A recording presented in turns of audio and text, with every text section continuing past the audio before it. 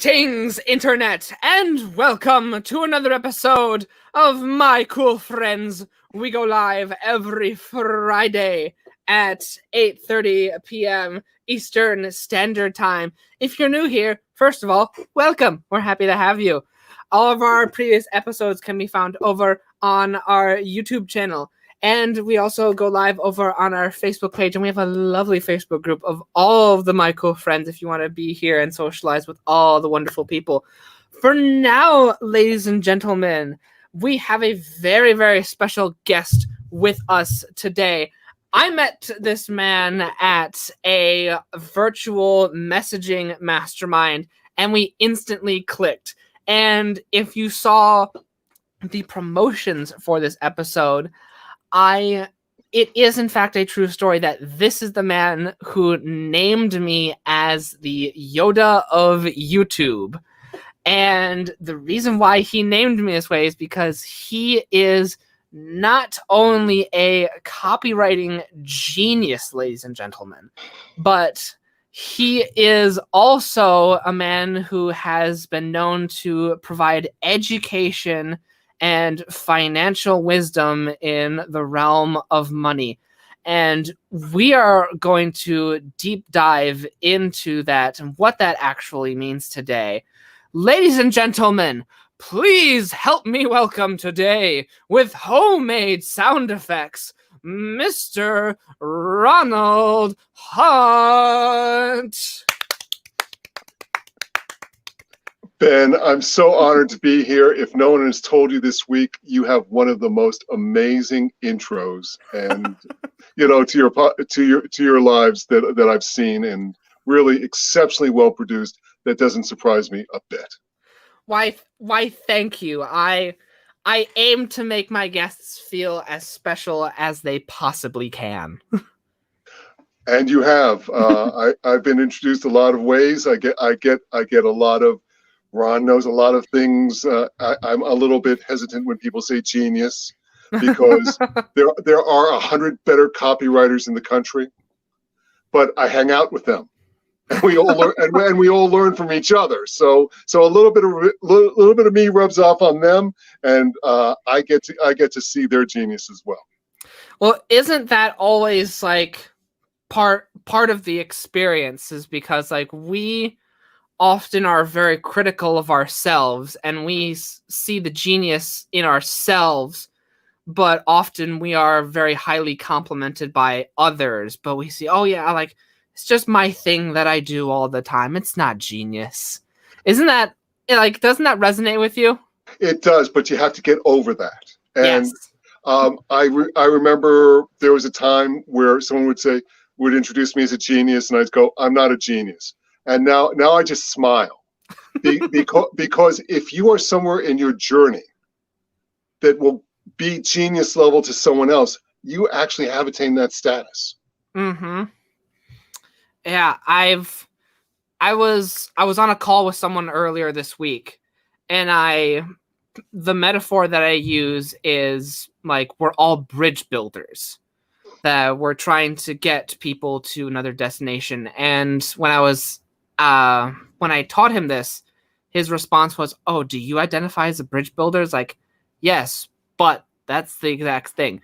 Everyone is a bridge builder. You have to be a bridge builder, because you got to get people from your hook to your offer. And right. The only way you do that is with a bridge. Mm-hmm. It's a genius teaching technique. And I'm so glad you're incorporating that.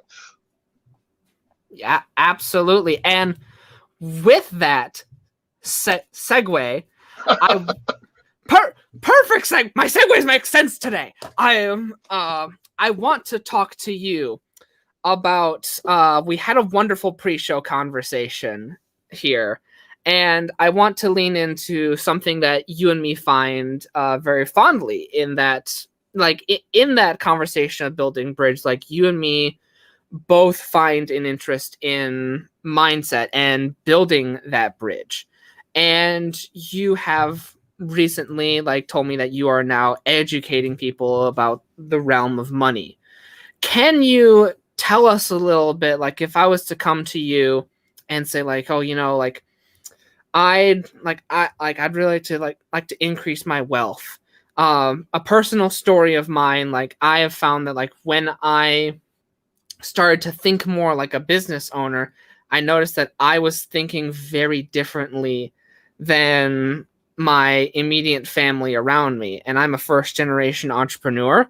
And for audio listeners, Ronald's like nodding his head as I'm saying all of this. I'm a first generation entrepreneur, and I was thinking very differently about money than my immediate family was. And I want to pass the baton over to you because you must have like a lot of thoughts right now. What do you think that like the difference is? Like, do you think there's like two different breeds of people? Do you think that they're like, oh, like, do you think that like you're born into high money? Like, what are your thoughts on these kinds of topics? If you notice over time, you can take money from the rich and distribute it to the poor, and 5 years later, the rich will have all the money again. Yes. So there is a mindset portion to it. But what I tell all new entrepreneurs, and I'm blessed. I'm in a position right now, and to have like a energy spiritual guy go into financial education and funding is not. I'm kind of the purple dinosaur here, but but hear me out. If your family or your wife or your partner is not able to have a marketing conversation with you without saying, "Oh, that's spammy," or "Oh, you shouldn't think about money so much," you need to start running in a group of entrepreneurs, because there is success and failure in your own business, and you have to be prepared to deal with both and have some resilience and bounce back ability. And you're not going to have that with a poverty mindset. With an abundance mindset, you will always find a way to make money. I love how you started that with like you could redistribute money from the wealthy, and then eventually like the wealthy will have like the money back once again. So do you think that it's do you think that there's a magical list of instructions that I could give someone? It's like, here's the instructions for becoming wealthy. Do you think that there's a secret cheat code? Absolutely. If you go down the top 10, start a business, buy some real estate, and you will have wealth probably within 10 years. Really? And yeah, it's really that simple. I'll give you an example. I helped a friend and customer. His name is Joe. And Joe was living in a poverty mindset for a long time. He's about my age, so he's like looking over the edge towards retirement. But could you describe this poverty mindset as using Joe as an example? Is that sure. Okay? Joe was in debt. He had a low credit score. He was paying an increasing amount of his income each year towards credit cards and housing. And he didn't have money to go to concerts or dinner or even a fancy restaurant if he wanted to date a fancy woman. And that was a problem. And I found him, I helped him look around, and he said, "Oh, my landlord's going to sell the house. I have to move." And I said, "Well, tell me about the house." And he starts talking, and I said, "You should buy that house." He says, "I can't. I've got bad credit." I said, "We can repair your credit." "Oh, how do you do that?" 99% of Americans don't know what goes into their credit score, and they should. That's on the list of 10 things. Know your credit score. Know what determines your credit score. Know how to improve your credit score. It's that simple. So we actually I wrote a contract for him, told him to take it to his lawyer, because I am not a lawyer. I'm not giving banking or legal advice today.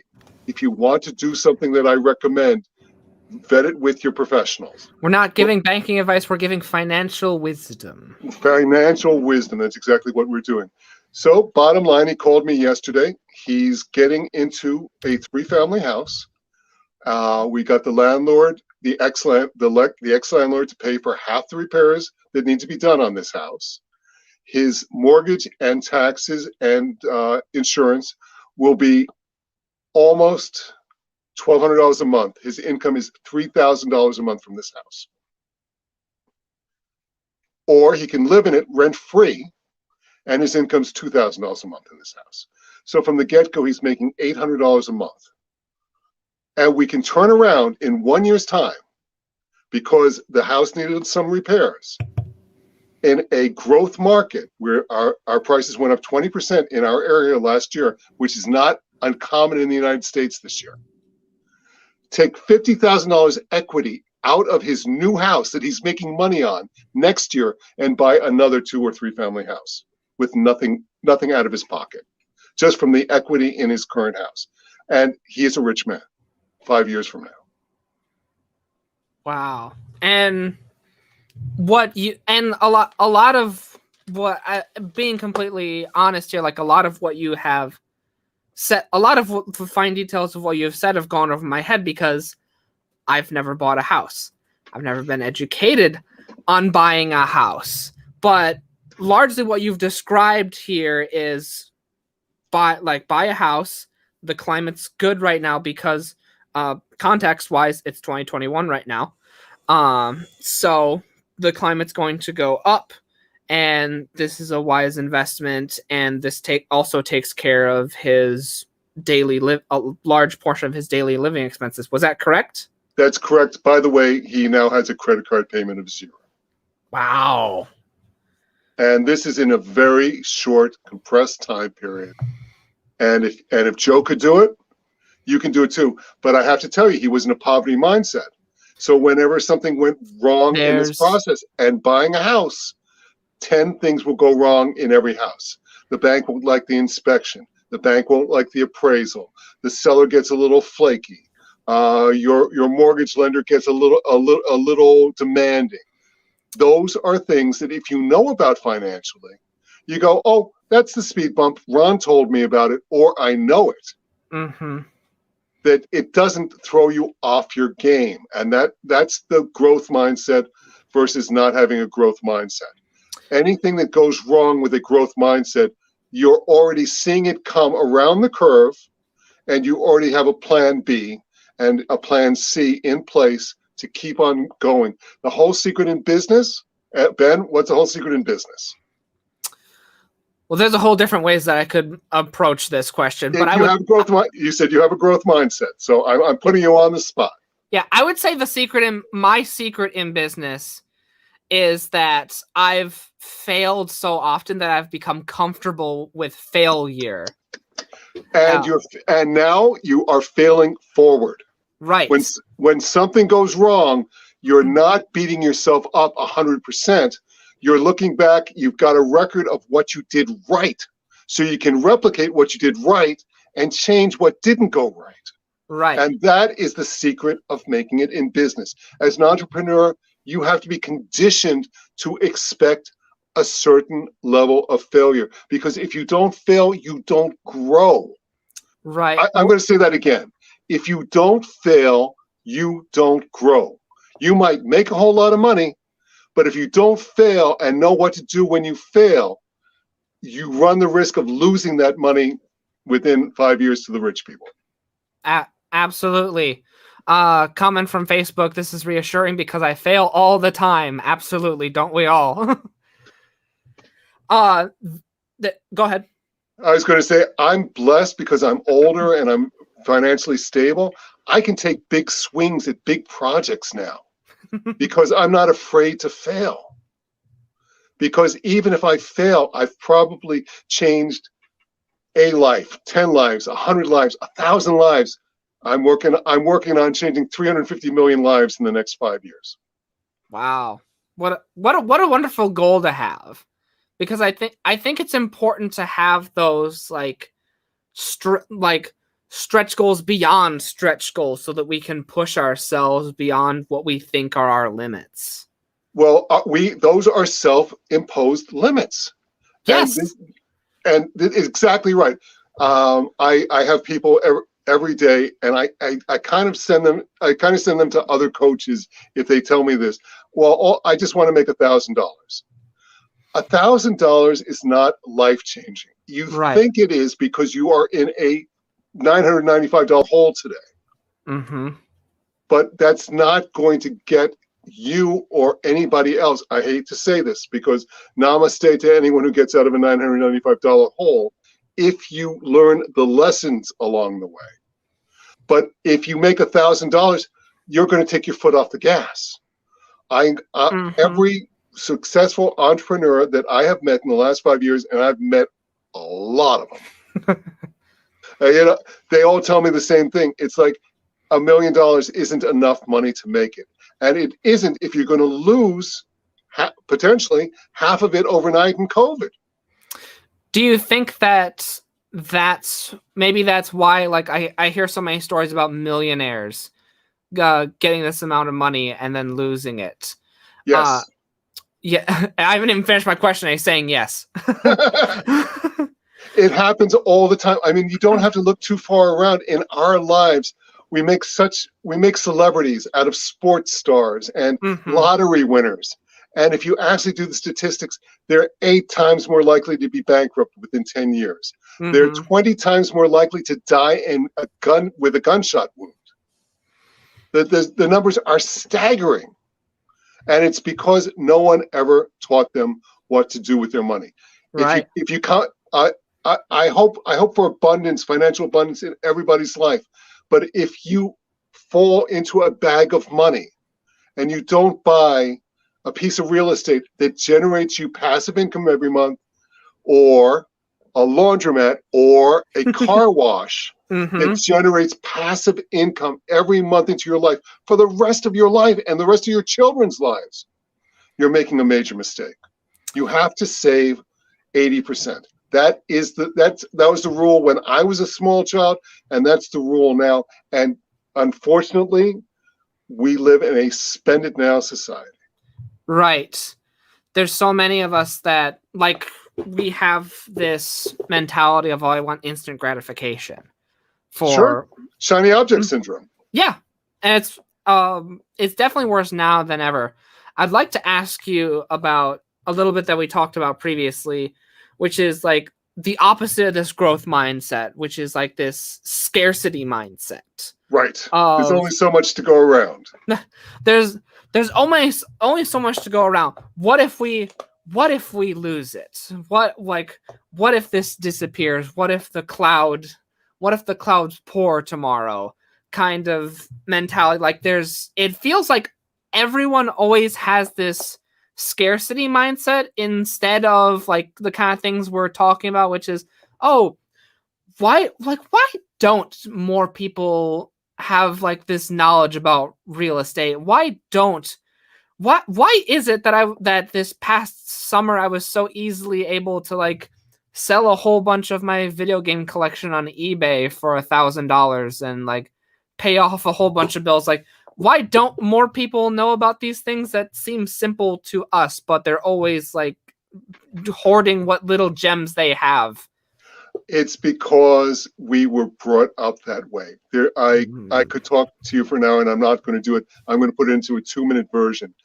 Our subconscious is formed by the age of 6. Our subconscious is formed by our parents, our teachers, people who mean the best for us. Right.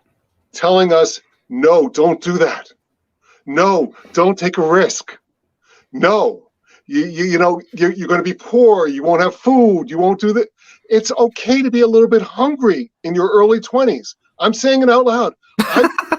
There were times in my early 20s, I had my first house by 25, but I did have to take cans in to trade them for $1 or $2 to buy lunch on a couple days, because putting the money into the house was my forced savings, and I knew I was doing something cool and great for my family.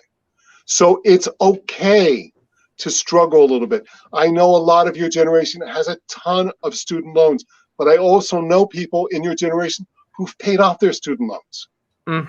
Because even if COVID closes your business like in a day, which it closed one of my businesses last year during a day, I was okay because I went out and I made some courses.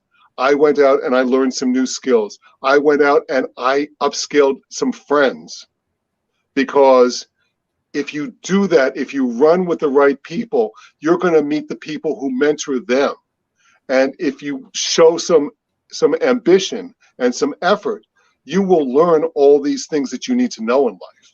I can tell everyone right now, if you want to save yourself 5 years of growth in your life, not just financially, but as a human being, go out and buy Jack Canfield's book, The Success Principles. And they're short chapters. He wrote it 20 years ago. So when he says vision boards, think Pinterest, okay? I mean, let's have a little creativity out there.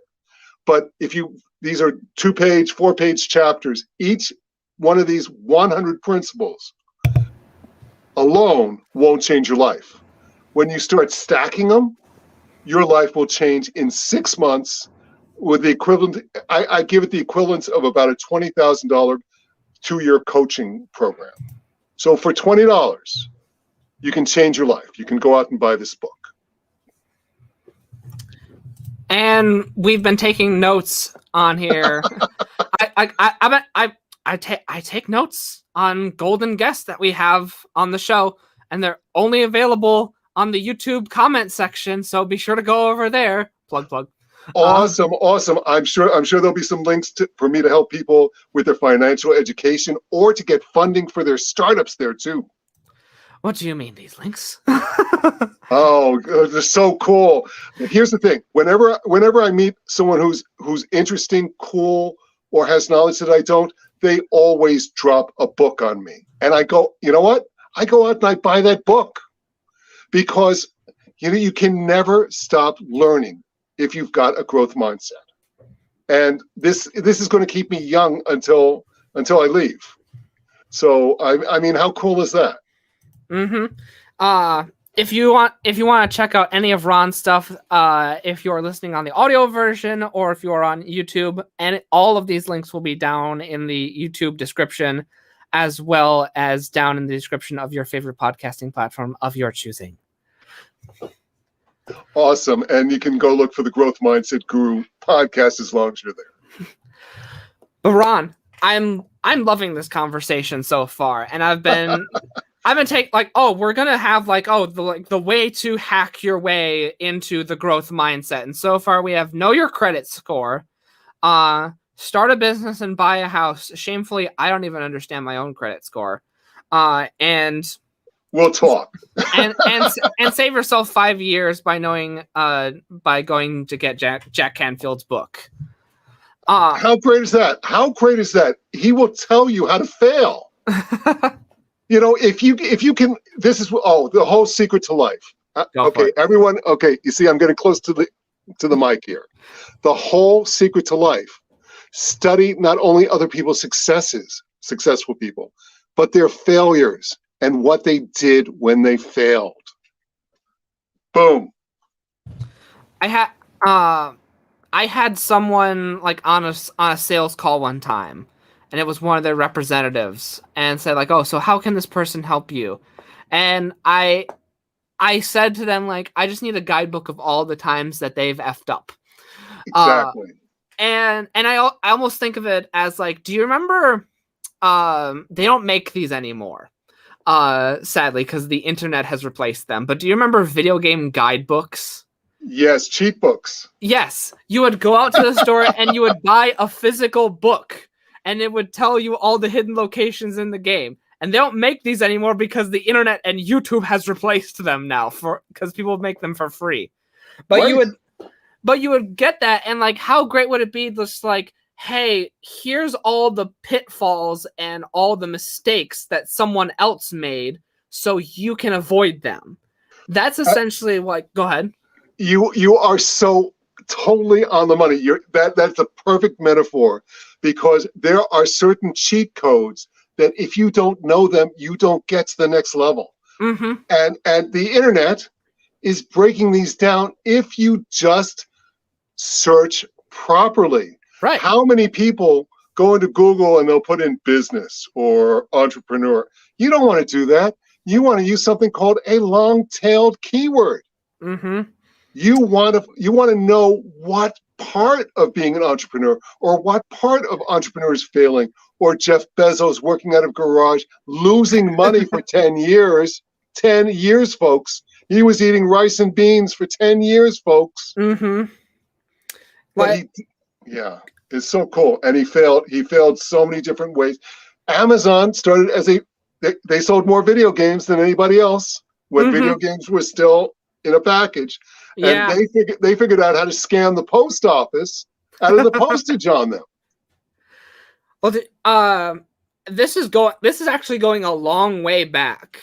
But do you remember when Elon Musk was the butt of the joke? He searched for me on LinkedIn a couple weeks ago because of the energy project I'm working on. That's awesome. We haven't connected yet. I was hoping to go down for Saturday Night Live, but it didn't come through. Oh, let me know if you connect. That'd be awesome. Another story to follow up on. Oh, that'll be another NDA I have to sign, I'm afraid, Ben. Well, then I will just simply tease it as an open loop on this podcast. We'll do that off video. Yeah. But anyway, the story I was gonna go in with that is that Elon Musk, when he started off, there was, and you can go and find this on YouTube, that the first presidential debate that Obama was a part of, Elon Musk was the butt of the joke. That's Obama, right. Yeah, Obama got teased for you're supporting Elon Musk. That's insane. And now he's launching rockets now. Yes, if it wasn't for Elon right now, we would not have a space program. Mm-hmm. Think about that. We gave up on our space program about 10 years ago. Yeah. And here's a guy. By the way, whenever someone tells you that foreigners don't do anything for Americans, Elon Musk was not born here, folks. Yeah. But he's contributed more to the United States than probably any other person I know. And one of the things about Elon Musk that's underrated is that he admitted to having Asperger's last weekend in a subtle way. I was not familiar with this. Please continue. Yeah, these things fly right under the radar for most people because what leads? We don't have a ton of oil on the East Coast right now, so we always talk about the negative things in life. Those are the top 3 or 4 headlines that come up on your iPhone when Siri tells you the news in the morning, and you go, "Oh, life sucks again." but for every one of those bad stories that actually gets you to click is a good story that you're not reading. And Elon Musk admitted to have because he was telling a joke, I guess a joke, because not all the funniest jokes that I actually break down for people usually have a great element of truth to them. But he was saying something about tweeting weird things. He says, "Yeah, that's the way my brain works." And even though he's got this capacity for genius, he was probably diagnosed at some point as having this learning disability. So because he has the growth mindset, he's failing forward all the way to where he is now. Right. So I want everybody to think about that. Whenever I've got a story in my life that I don't usually share, but there's a YouTube on it if anyone wants to search it. I fell off a ladder 16 years ago. The doctor told me repetitively that I would never walk again, and I was walking again within 6 months. And wow. I walk every day of my life, and I walk past people in wheelchairs who had lesser injuries because I made a list. This is on your top 10 things to do, people.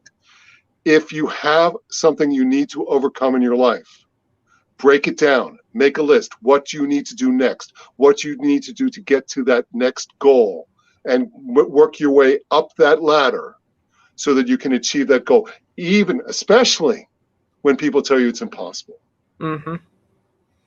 Wow, that's inspiring. And yes, you need to open loop. I want to see that video, that YouTube video that you have on there. It was fantastic. I was actually going through a course at the time called Stage to Scale, which is the old Pete Vargas course. Okay. If you've heard of him, one of the great speaking coaches in America. And his top coach said, "That's a great story. Nobody wants to hear it. It's too sad." And I said, "You know what? I don't have to reach everybody. I just want to reach the people who've been knocked down on their butts and show them that there is a way back." And I have devoted most of my life since then to helping people with less.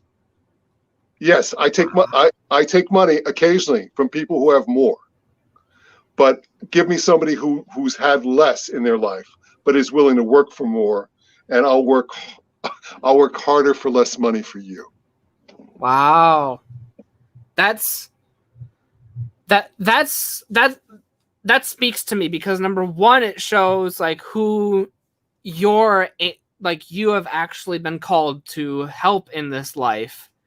And number two, it shows that like you've got your person, like we talked earlier in the show, like building the bridge and actually who you're building that bridge for. You've got that figured out. You have your person that you're building your bridge for. We were talking earlier, and this was totally off the air. I'm now helping minority populations in my area achieve great financial success because they need it. Yeah. Now, but it won't mean anything if they don't know their credit score. It won't mean anything if they don't save X dollars. It won't mean anything if they don't buy some stocks, some mutual funds, some real estate, some laundromats. I remember, and this is like this goes into our conversation, and it's one of the unfortunate truths. But do you remember a show called Extreme Makeover Home Edition? Yes. Most of the contestants who won that show and got to be on that show could not keep those houses because their taxes quadrupled. Mm-hmm. We had one in our area, and it was amazing to watch them do it, but it was traumatic for me to watch them fail 2 years later. And they were renting out rooms, and then they finally lost the house. Yeah, and it speaks to our conversation here is that you can teach them like, hey, here's your fish for the day. But until you've actually taught that person how to fish, then they won't be able to actually have a boat in that ocean. Does that make sense? Absolutely. When I do financial education, I say money is a tool, not a master. Money is the universal lubricant. You can do anything for good or for evil if you have money. But if you don't know how to have your money make wealth, you have achieved very little, because you have the possibility of you can change not only your life and your family's life, but think about all the employees' lives that you're going to change. Because whenever I have an employee at this point, I am teaching them how to start their own business, even though I'm going to lose them within 2 years, 3 years, 5 years, because it's more important for me to change their life than to change my life incrementally. Absolutely. One of the things I try, like, I still keep in contact with all my high school friends. And like, if there's one thing that I like try to pass off to them, like it's what you're touching on right now, is that there's the illusion that a lot of people have. It's like, oh man, if I just had like some more money, then a lot of my problems right now would magically disappear. And in some cases, I guess that's true, but in a lot of cases, like, your problems just get replaced with different problems. Here's something that you could have told them. Go ahead. If you fix your problems, your money issues will disappear. Ooh. Can you give us an example of this? Okay.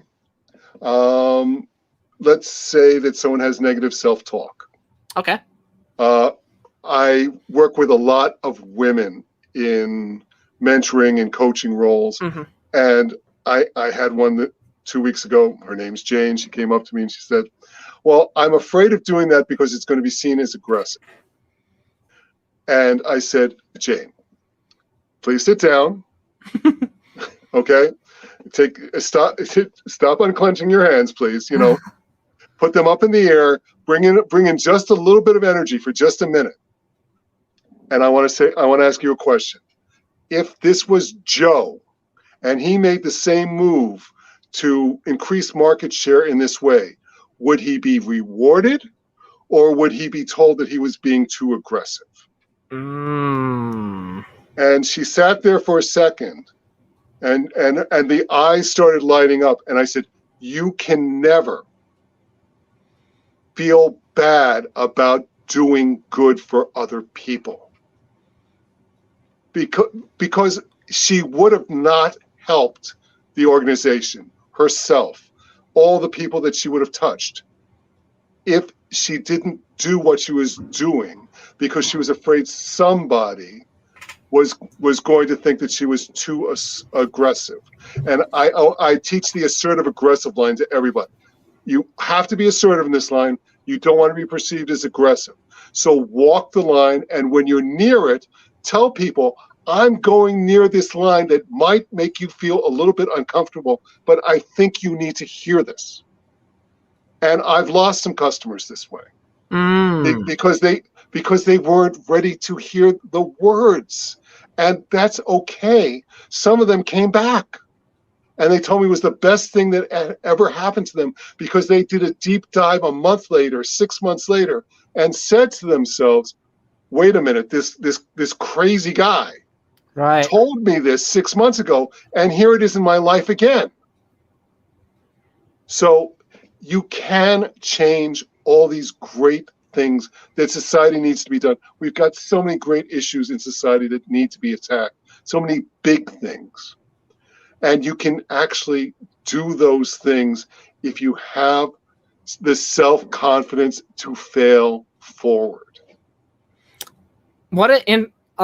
Now I'm chewing on this concept that you've tossed my way of concerned about being too aggressive, because the way I've always thought about it is that I don't want to be because this hypothetical person that you've presented, it sounds like they're overly concerned about the opinions of a person that in this scenario doesn't exist in their life quite yet. Exactly. Ben, I'll give you an example. Have you heard of a gentleman named Russell Brunson? I am very familiar with Russell Brunson. Russell Brunson refers to himself, or he used to, as the dancing monkey for ClickFunnels. Okay. The gentleman cannot code. The gentleman can barely write a funnel. Mm-hmm.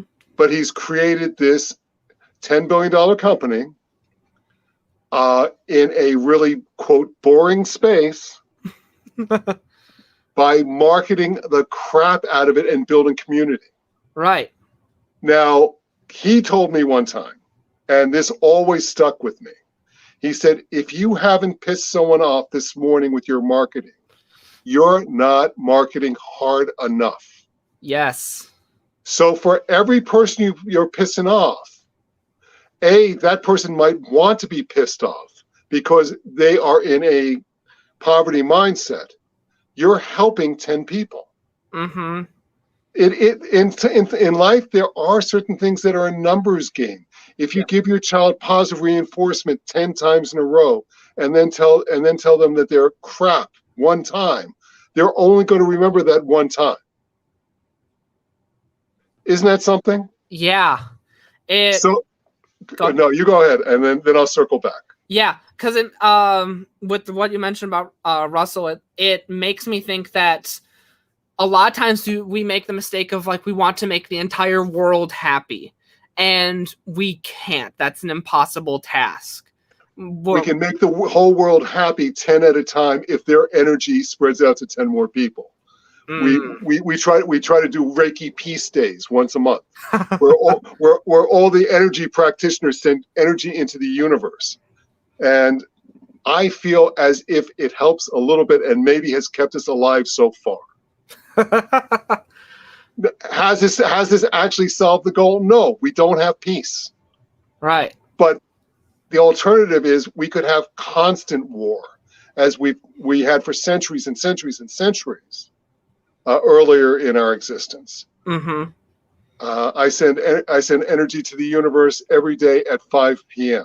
So if anybody has a problem out there, a physical ailment, a financial ailment, an emotional ailment, drop me an email, drop me a DM, and I will send Reiki energy your way at 5 p.m. Eastern. Look for it and see if you feel change in your life. Ronald is sending us Reiki energy at 5 p.m. Eastern time. And I am fortunate enough to where I am in his same time zone.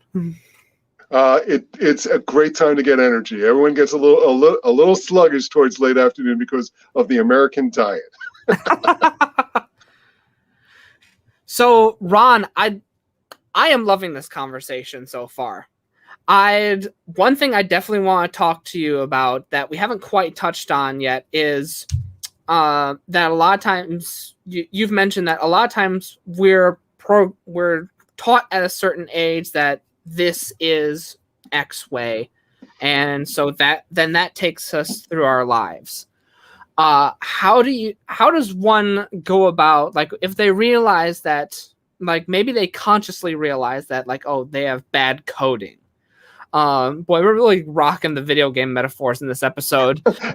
dude, let's break out the Nintendo 64 right now. All right. Let's say someone realizes that they have bad coding. How does someone go about getting rid of bad coding, or the step before that, maybe realizing that they have bad coding? Because, like you mentioned, like, when someone has like a poverty mindset, everything looks bad. When you're a hammer, you think everything is a nail. Yes. Absolutely. I'm going to give you a piece of $10,000 advice that I share with some of my high-level business coaching students. You can change your subconscious. Yes, you. It's true. Here's the thing. Everyone has been told in their life, you only use 5% of your brain. That's not exactly true. We're using 5% to 10% of our brain on a conscious level. 85% is subconscious. 5% is just inertia. Okay? So we can actually use 95% of our brain, but we need to harness it, because once you take control of your subconscious, your life changes. So here's the simplest, easiest tip that I can give your audience on how to change your subconscious. Buy 100 index cards at your local big box. Put them on your bedside table. Before you go to bed each night, and turn off your screens an hour before you go to bed, because sleep hygiene is important, folks. Take 3 index cards and write down your 3 goals for the next day, just at the top line of the index card. Read them once, put them on the bedside table, go to sleep. You are going to wake up in the morning with at least 2 creative ideas you have never consciously thought of on how to accomplish each of those 3 goals. Write them down immediately on those index cards and implement them the next morning. Do that for a month, and you're a 100% cooler person who has taken control of their subconscious. Because the subconscious gives you all this creativity and rewires you from a failure mode to a success mode, if you let it. Because we remember, from 0 to 5, people are telling us, don't touch that stove, don't walk out into traffic. But if you're growing up in New York City, walking out into traffic is different than crossing the cow path in Iowa. Mm-hmm. Okay? So focus in on this a little bit. Go to the corner, wait for the red light. Wait, Now, that might work, in a mid-sized city. But if you're in New York City and you start crossing when that red light changes, you are going to be mowed down by a taxi cab, a bicyclist, or a bus. Mm-hmm. Every single day. So it's not the red light, is it? It's whether it's safe to cross. But we've been conditioned to believe, and so many of us, until we see people maybe in high school or college, and some of them are crossing the street indiscriminately, but some of them are crossing the street with purpose. Watch the people who are doing things differently with purpose in your lives, and start implementing some of those things as well. Watch the people who are doing things with purpose. Differently. Right. But with purpose. Because even if they don't succeed, you're watching them fail forward, and you can use that for fuel. And you don't have to fail yourself if you can analyze that.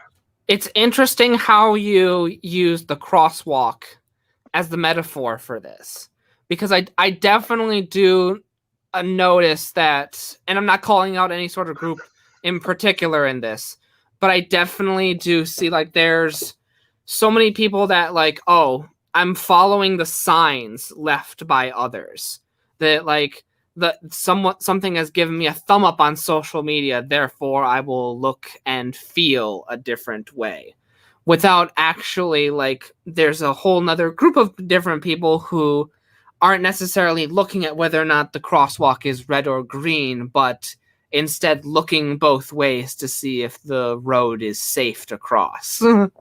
We grew up when you learned to drive. The rule used to be, remember, I don't know if you were old enough to have driver's education, but we were old enough to have driver's education.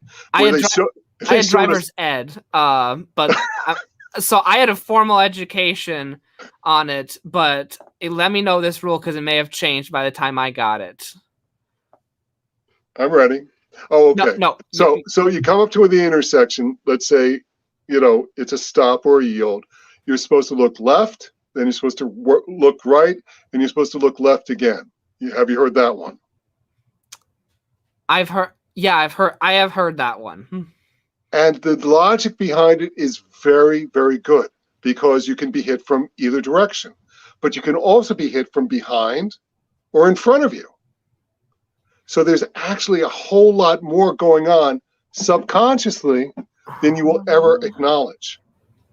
And how many people now tune out when they're driving because they've got AirPods in, or they're worried about the fight they had with the boss or the spouse or their significant other that morning.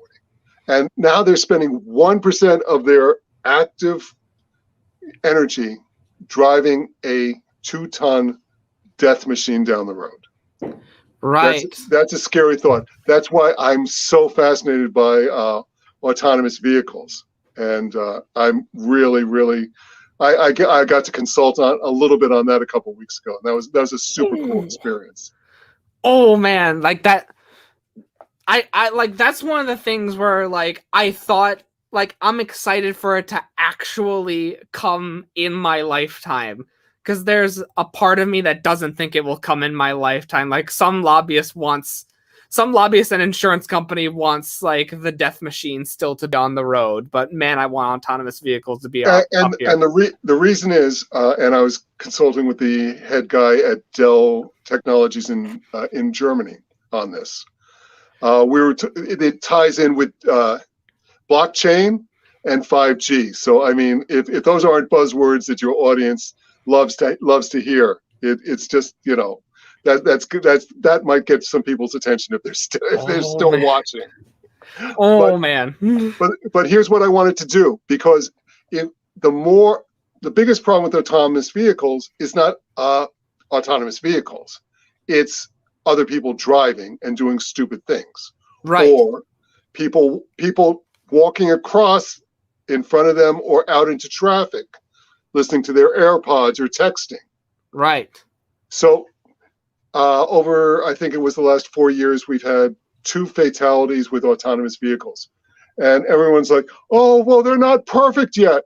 And it's like, wait, just take a step back. Over the past 4 years, we've had 66,000 dead with active driver vehicles. Mm-hmm. So this is actually going to reduce the accident rate when we get to herd immunity, 99%. Yeah. or more. But we need to not only, have the cars, but how about if the car pings the 5G tower and the 5G tower pings any pedestrian within 10 feet of the roadway that, hey, there's an autonomous car here. Maybe you should look up. And they hadn't considered that. And it's like, wow, I might have just done something to help, move this along.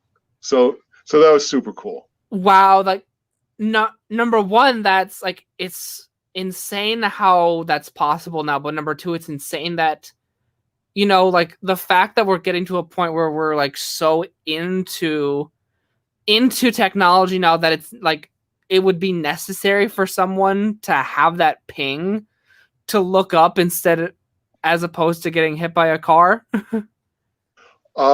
People get hit by cars in New York City and LA every day, texting on their phones, walking across the street. And it's like, at what point, 10 years later, don't people know not to text and walk across a roadway?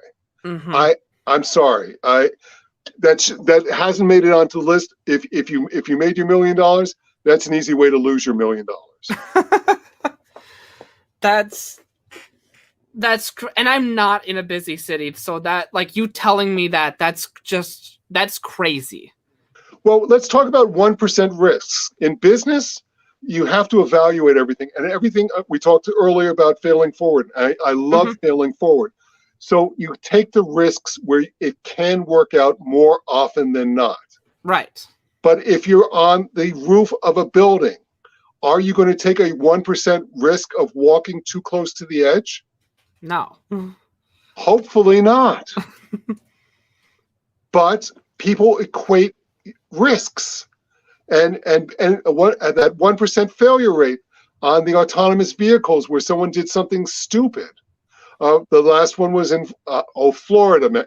And whenever you see a story, Florida man, you know it's not going to end well. But Florida man thought it'd be a good idea to make out with his girlfriend in the back seat and let Tesla do the driving. And he got on a piece of road that didn't have lines for the Tesla to read. Oh no. And it was not a good ending. So, I mean, that's a 99% risk right there. But why would you do that? I love the idea of autonomous vehicles for this. It's sort of selfish because I was in a position, again, not to belabor it, where in theory I might not have been able to drive a car. Right. Was I going to wait for Ubers for an hour at a time, or taxis for, if they ever showed up, for the rest of my life to get, and then an hour on the other side to get home from the grocery store or the doctor's appointment? With a self-driving car, in theory, we're going to enable people who are blind to get to where they need to be. It's just going to be such a cool place for us to get to. And it's good. Some of us spend, at some points of our life, between 15% and 20% of our discretionary income on cars, insurance, gasoline, etc. So if we can reduce that to 5%, which we can because 10 people can share one car if it's done properly, or if there's a pickup truck on every block, everybody doesn't need to own a pickup truck. You can just sign into the app and take turns when you need to move something or pick up a box. If Amazon's not delivering all your boxes yet, Jeff Bezos. If Jeff Bezos doesn't just own us all at that point. So there are many, many cool things on the horizon if you allow the good news to come into your life. And if you make good news, if you see opportunities like this, say to yourself, what would make this opportunity better, or what might be a pitfall in this opportunity, and suggest the change. And we're going to mint more millionaires, and multimillionaires and generational wealth in the next 20 years from people who have the mindset of looking at what's coming next and what that thing needs to succeed or not fail so bad. I love that. Like the entire concept that we talked about today about falling forward. That not everything that like the entire Disney vision that sometimes we have, like not everything's going to come out pitch perfect, but a lot of times that's the point. Is that it's one part of the journey. Go ahead. What did Star Wars teach us more than anything else? When that the first 4 movies were the best? Oh, absolutely. but the mentor will reappear when you need them the most. Mm-hmm. So in your lives, look around at people who are successful and try to get into their orbit, or at least study them a little bit and see if you can suggest something to them, because I'm from a give mentality. I've met some very cool people in my life because I looked at something they were doing and figured out one little quirk that would make it better for a different group or a better audience or help them in some small way. And then when I needed something for somebody else a year later, I could call them up and say, hey, this is Ron. Remember we worked on that project together? Oh yeah, Ron, you're that super cool guy. And it's like, oh yeah, that's very nice. Thank you very much. I got this guy, Jeff, in my office, and he's got this problem. And I said, I just want like 10 minutes of your advice here. You don't ask people who can help you for help. If you want here, this is on the list of 10 things you can do. Ooh. Ask people who can help you for advice, not help, because everybody wants to give advice. And if someone gives you a piece of advice, they become vested in your outcome. And you know what? They just might give you some help. That's golden, not advice, not help. Because then you're asking people for their wisdom. And as humans, we want to give our opinions on everything. It's a human condition. This is we are brought up to, and for better or worse, everything is rated on some level in this life. So let's start rating people for the things that are important, whether they care for others and animals, whether they want to see good in this world. There are so many good things you can look for in others. If someone is not nice if you're on a Tinder date with somebody and they are mean to the waitress, do not go home with them. It's not going to end well. That's so true. That is so true. Ronald, this has been a fantastic hour, I must say. A shameless plug, if somebody needs financing for their startup to grow their business or to scale their business so that they can exit, we'd love to help you. Anything from small amounts of money to millions of dollars. We really, really actually want to put you in the best financial instruments so that you can succeed massively. And you answered my final segue question, which is, Ron, where can people find you? They can Google me. I have the misfortune of having a common name but I show up on the first 5 pages. So if you see someone with long curly hair, or in a ponytail, because I go both ways depending on what audience I'm talking to on what day. But there's some wisdom in the first 5 seconds, because we're YouTube people, right? Ben, we have to get people in the first 5 seconds. Yes. So hopefully there were some 5-second nuggets that kept you listening for the rest of this episode today. I love to see people succeed. Just tell me how I can help you. Ladies and gentlemen, you can find Ronald via Google. You can find him. I know you can find him on Facebook because that's where I found him. And as you heard him say today, he goes both ways.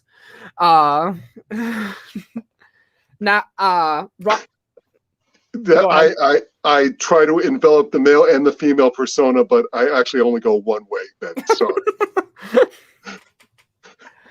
Ronald, thank you so much for joining me. This has been like an absolute pleasure. You are welcome back anytime. It was such a lot of fun. Thank you. Cool, man. We will be, as this has been another episode of My Cool Friends, we will be back for Friday for another special episode. As you guys have heard, we are going to be doing a challenge coming up the week after Memorial Day on the 7th, I believe, is the no, I believe Memorial Day is the 7th. I don't know what Memorial Day is the last Monday in May, my friend. Okay, then yes, the 7th. Aha! Time is correct once again! Huzzah! My ad reads are terrible, but they get to the point eventually. And I am super, super excited for this. We already have a couple people who have won tickets to it via our game show, and we would love to see you there as well. Until then, my friends, I will see you guys next week. Bye-bye!